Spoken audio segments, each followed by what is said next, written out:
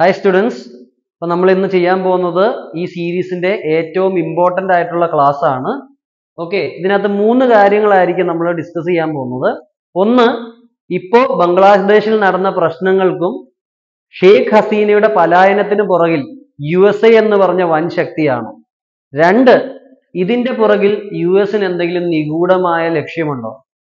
Is USA having any hidden agenda behind this? മൂന്നാമത്, ഇത് USA-ൽ നിന്നുള്ള ഇന്ത്യക്കുള്ള ഒരു വാർണിംഗ് ആണോ? അല്ലെങ്കിൽ കുറച്ചുകൂടെ ക്ലിയർ ആയിട്ട് പറഞ്ഞാൽ, does USA want Modi government out? USA മോദിയെ പുറത്താക്കാൻ ആഗ്രഹിക്കുന്നു. അപ്പൊ ഈ 3 കാര്യങ്ങളായിരിക്കും ഈ ക്ലാസ്സിൽ നമ്മൾ ഡിസ്കസ് ചെയ്യാൻ പോകുന്നത്. മൂന്നിന്റെയും ടൈം സ്റ്റാമ്പ് ഡിസ്ക്രിപ്ഷൻ ബോക്സിൽ കാണും ഫോർ യുവർ കൺവീനിയൻസ്. അപ്പൊ നമുക്ക് ക്ലാസ് സ്റ്റാർട്ട് ചെയ്യാം. ഓക്കെ, അപ്പൊ നമ്മൾ ഇവിടെ കാണുന്നത് ആരെയാണ്? ബിഗ് ബോസിനെയാണ്, വേൾഡ് ഹെജ്മണിനെയാണ്, സൂപ്പർ പവറിനെയാണ്. ആരാണ്? USA. ഇപ്പൊ USA-ക്ക് പണ്ടേ ഒരു പേരുണ്ട്. എന്ത്? റെജീം ചേഞ്ച് ബിസിനസ്സിൽ ഏർപ്പെടുന്ന രാജ്യമാണ്. അധികാരത്തിലുള്ള ഗവൺമെന്റുകളെ അട്ടിമറിക്കുന്നതിൽ ഫെയിം നേടിയ ഒരു രാജ്യമാണ് ആര്? ഈ USA. So regime change business നടത്തുന്ന ഒരു കച്ചവടക്കാരനാണ് US എന്നുള്ള ഒരു ആക്ഷേപം പണ്ടേ ഉള്ളതാണ്. ഇനി നമുക്ക് ഇതിന്റെ ഫാക്റ്റുകളിലേക്ക് പോവാം. ബംഗ്ലാദേശ് ഇഷ്യൂവിന്റെ പുറകിൽ USA ആണോ എന്നാണ്. അപ്പൊ നമ്മൾ ഫാക്ട് വെച്ചും തെളിവ് കൊണ്ടായിരിക്കും ഇത് സ്ഥാപിക്കാൻ ശ്രമിക്കുന്നത്.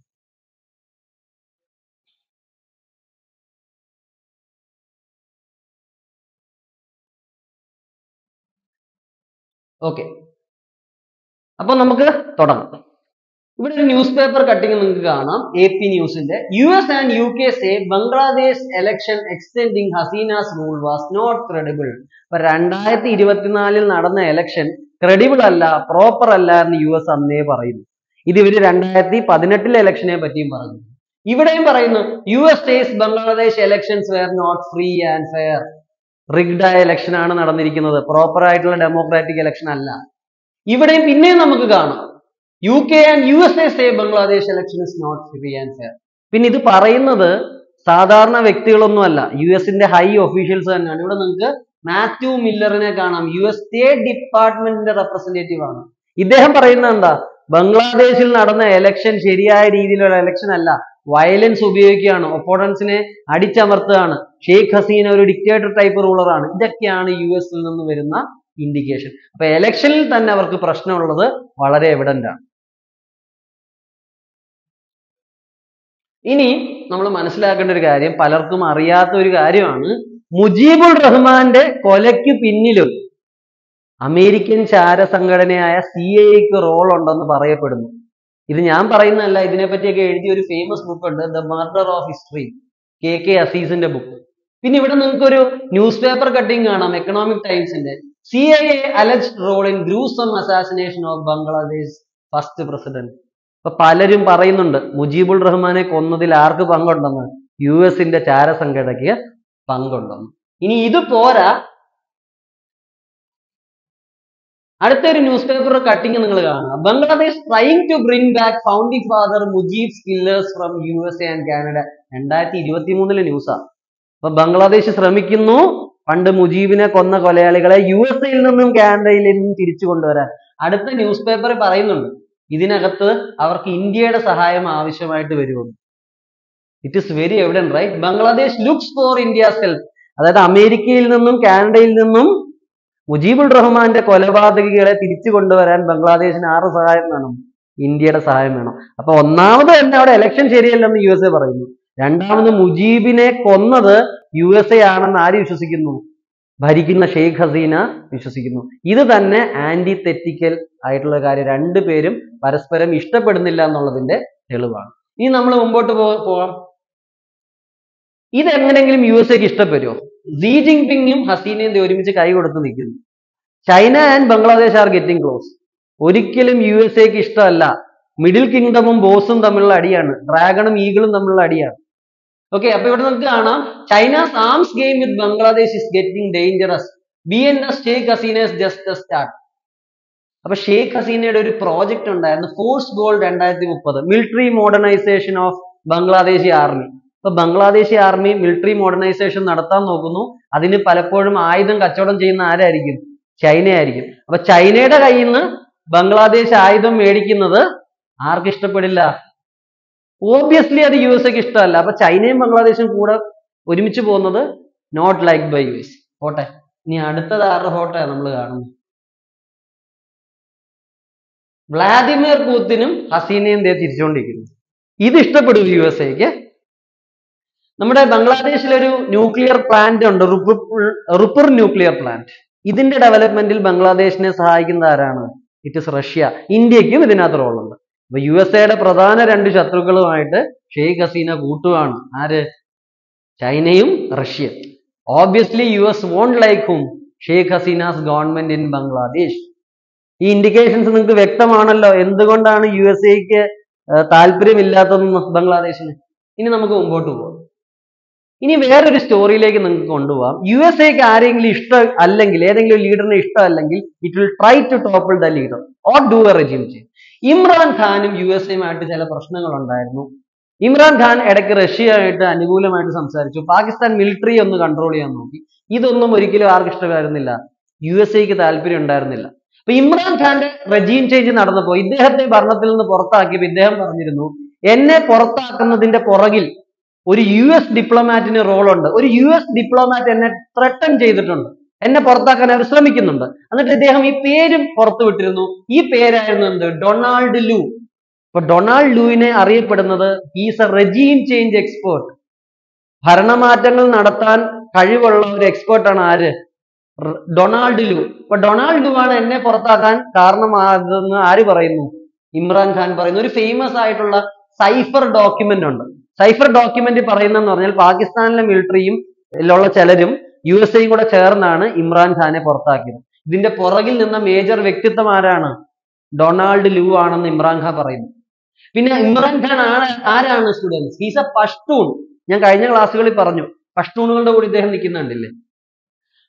പാകിസ്ഥാനിൽ ആരാ ഡോമിനേറ്റ് ചെയ്യുന്നത്? പഞ്ചാബീസ് ആണ്. അപ്പൊ ഈ പഷ്തൂൺ ലീഡർഷിപ്പ് ബാക്കി ലീഡർഷിപ്പിന് വലിയ താല്പര്യമില്ല, എക്സ്പെഷ്യലി മിലിറ്ററിയിൽ കൂടുതൽ ആരാ ഉള്ളത്? പഞ്ചാബീസ് ആണ്.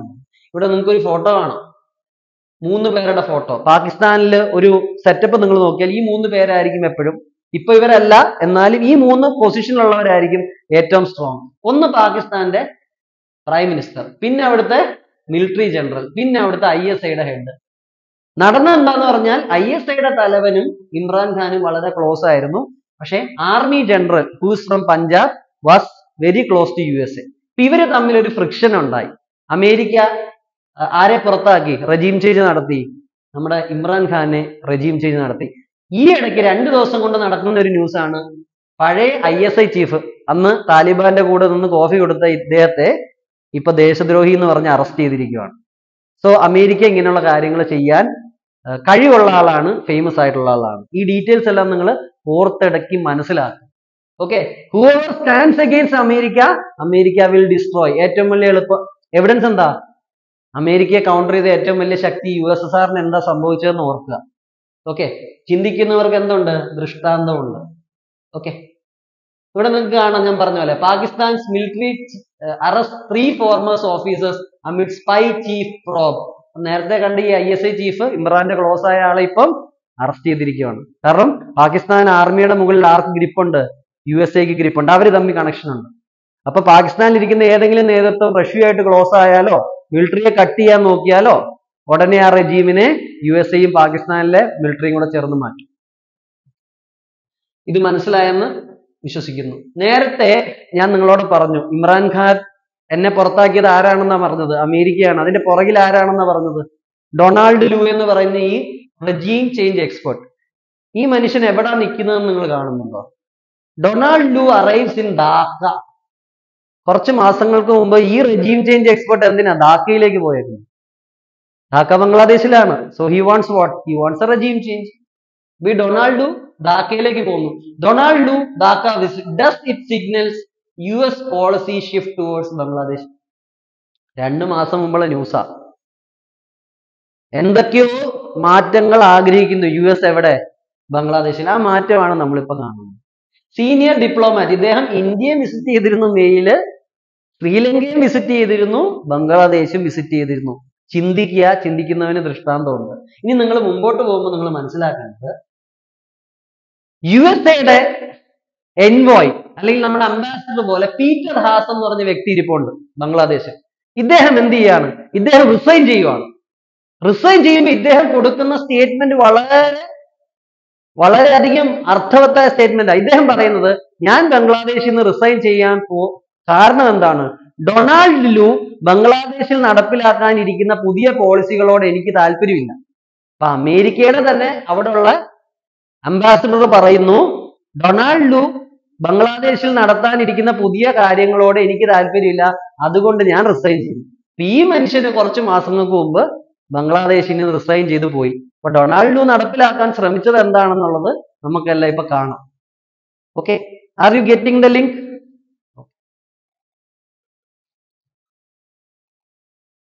ഇനി നിങ്ങൾ നോക്കുക, ബംഗ്ലാദേശിൽ ഒരു ഡെമോക്രാറ്റിക്കലി എലക്റ്റഡ് എന്ന് നമുക്ക് പറയാം. എലക്ഷൻ നടന്ന ഒരു ഗവൺമെന്റ് ആണ്. ആ ഗവൺമെന്റ് വീഴുന്നു, ഷെയ്ഖ് ഹസീന പലായനം ചെയ്യുന്നു. ഉടനെ യുഎസിന്റെ കയ്യിൽ നിന്ന് വരുന്ന ഒരു വാക്ക് എന്താണ്? സ്റ്റേറ്റ്മെന്റ് എന്താണ്?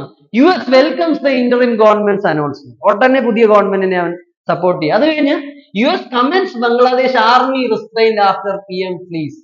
ആർമിയെ പുകഴ്ത്തുന്ന ആര്? USA. ഡെമോക്രസിയുടെ കാവൽക്കാരനാണ്.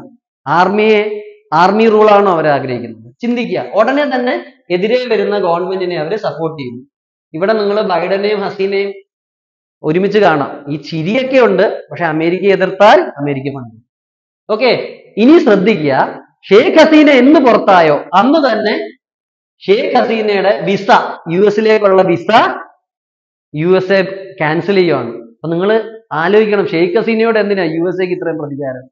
അവര് പുറത്താവുന്നു, പുറത്തായ ഉടനെ ഓപ്പോസിറ്റ് വരുന്ന പാർട്ടിയെയും ഗവൺമെന്റിനെയും US കൺഗ്രാറ്റുലേറ്റ് ചെയ്യുന്നു, ഉടനെ തന്നെ അവരുടെ വിസ ക്യാൻസൽ ചെയ്യുന്നു. അപ്പൊ അവർക്ക് ഇനിയും US പോകാൻ പറ്റില്ല. പിന്നെ UK, ഇവർ ഇന്ത്യയിൽ വന്നു. ഇന്ത്യയിൽ വന്നിട്ട് ഇവർ ആഗ്രഹിക്കുന്ന എന്താ? ഇന്ത്യയിൽ നിന്ന് UK US വല്ലോ പൊളിറ്റിക്കൽ അസൈലം നേടിപ്പോവാൻ. പക്ഷെ UK പറയുവാണ്, ഞങ്ങളുടെ പ്രൊവിഷൻസ് അതിന് അനുവദിക്കുന്നില്ല. നിങ്ങൾ തൊട്ടടുത്ത കൺട്രിയിൽ അഭയം പ്രാപിക്കൂ. ഞങ്ങളുടെ കൺട്രിയിൽ അഭയം പ്രാപിക്കണമെങ്കിൽ ഞങ്ങളുടെ കൺട്രിയിൽ നിന്നുകൊണ്ട് അപേക്ഷിക്കണം. വേറെ കാര്യം, US എന്ത് പറഞ്ഞാലും UK അതല്ലേ പറയും. അപ്പൊ ഒന്നാമത് ഷെയ്ഖ് ഹസീന പുറത്തായതിന്റെ അന്ന് തന്നെ അടുത്ത് തന്നെ അവരുടെ വിസ ക്യാൻസൽ ആക്കി, US വിസ. രണ്ടാമത് UK പറഞ്ഞു ഇവിടെ എൻട്രി ഇല്ല. So this is showing you a pattern where US is very anti Hasina. Okay, proof സഹിതമാണ് നമ്മൾ കാണുന്നത്. പിന്നെ USA ഇത് ആദ്യമായിട്ട് ചെയ്യുന്ന ഒന്നുമല്ല. അറബ് സ്പ്രിംഗ് എന്ന് കേട്ടിട്ടുണ്ടാവും നിങ്ങൾ. ഇതിനകത്ത് പലരെയും USA മറിച്ചിട്ടു. ഓക്കെ, ബെൻ അലി 35 വർഷം ജയിലിലായി. ടുണീഷ്യയിലാണ് ഇത് തീ പിടിച്ചത്. പിന്നെ അലി അബ്ദുൽ സലെ യമനിലെ റൂളർ ആയിരുന്നു, ഇദ്ദേഹം കൊല്ലപ്പെട്ടു. ഹൊസ്നി മുബാരക്കിന്റെ കേസ് ഈജിപ്തിലെ വളരെ ഫേമസ് ആണ്. കുറെ വർഷത്തേക്ക് ജയിലിലിട്ടു, പിന്നെ ജയിലിൽ നിന്ന് തന്നെ മരിച്ചു. ഇവർക്ക് പുറത്താക്കാൻ പറ്റിയില്ല. ആരെ? ബഷർ അൽ അസാദിനെ സിറിയയിൽ നിന്ന് പുറത്താക്കാൻ പറ്റിയിട്ടില്ല. കാരണം ബഷർ അൽ അസാദിന് ആരുടെ സപ്പോർട്ട് ഉണ്ട്? റഷ്യയുടെ സപ്പോർട്ട് ഉണ്ട്, ചൈനയുടെ സപ്പോർട്ട് ഉണ്ട്. അതുകൊണ്ട് അസാദിനെതിരെയുള്ള സുന്നി ഫോഴ്സസിനെ മൊത്തവും USA സപ്പോർട്ട് ചെയ്തു. എന്നിട്ടും അസാദ് ഇപ്പോഴും അവിടെ തന്നെ ഇരിപ്പുണ്ട്, because of Russian help. Clear? അപ്പൊ അമേരിക്കക്ക് ഈ സ്വഭാവം ഉണ്ടെന്നുള്ളത് നിങ്ങൾ മനസ്സിലാക്കണം. ക്ലിയർ? പിന്നെ നിങ്ങൾക്ക് പിന്നെ ഒരു ഫോട്ടോ കാണിച്ചു തരാം. സദ്ദാം ഹുസൈന്റെ പ്രതിമ മറിച്ചിടുന്നതാണ് നമ്മൾ കണ്ടത്. ഇതേപോലെ ഇപ്പൊ നമ്മൾ എന്താ കാണുന്നത്? മുജീബിന്റെ പ്രതിമയും മറിച്ചിടുന്നു. ക്ലിയർ? ഇനി ഇതൊരു ഇന്റർവ്യൂ, ഒരു പഴയ CIA ചീഫിന്റെ ഇന്റർവ്യൂ ആണ്. അപ്പൊ ഈ ഇന്റർവ്യൂവിനകത്ത് ഇന്റർവ്യൂവർ ചോദിക്കുന്ന കാര്യം, അമേരിക്ക ബാക്കി രാജ്യങ്ങളുടെ ഇന്റേണൽ മാറ്റേഴ്സിൽ ഇടപെടുകയും അവിടെ റെജീം ചേഞ്ച് നടത്തിയൊക്കെ ചെയ്യുമെന്നാണ് ചോദിക്കുന്നത്. അപ്പൊ ഇദ്ദേഹം പറയുന്ന മറുപടി ലോകത്തെ എല്ലാവർക്കും അറിയാം. 49ലും 50കളിലും ഒക്കെ നമ്മൾ നല്ല രീതിയിൽ ചെയ്തിട്ടുണ്ട്. ഇപ്പൊ ചെയ്യുമെന്നുള്ളതിന് ഉത്തരം ഇദ്ദേഹം പറഞ്ഞത് ശ്രദ്ധിക്കുക. ഇദ്ദേഹം പറഞ്ഞു, ഡെമോക്രസി പ്രൊട്ടക്ട് ചെയ്യാൻ വേണമെങ്കിൽ ഇപ്പോഴും ഞങ്ങൾ ഇത് ചെയ്യും. അതിന്റെ അർത്ഥം US-ന്റെ സ്റ്റൈല് ഡെമോക്രസി എവിടെ ഇല്ലെങ്കിലും US അവിടെ റെജീം ചേഞ്ച് നടത്താൻ നോക്കും. സിമ്പിൾ ആയിട്ട് പറഞ്ഞാൽ ഇത്രയേ ഉള്ളൂ. US-ന് താല്പര്യമില്ലാത്ത സ്ഥലങ്ങളിലൊന്നും ഡെമോക്രസി ഇല്ല, അവിടെ ഞങ്ങൾ അട്ടിമറി നടത്താൻ നോക്കും. സോ US-ന് ഈ ചരിത്രമുണ്ട്, ആദ്യമായിട്ടല്ല അവരിത് ചെയ്യുന്നത്. ഓക്കെ, അപ്പൊ നമ്മൾ ഈ പാർട്ടി മനസ്സിലാക്കിയത് എന്താ?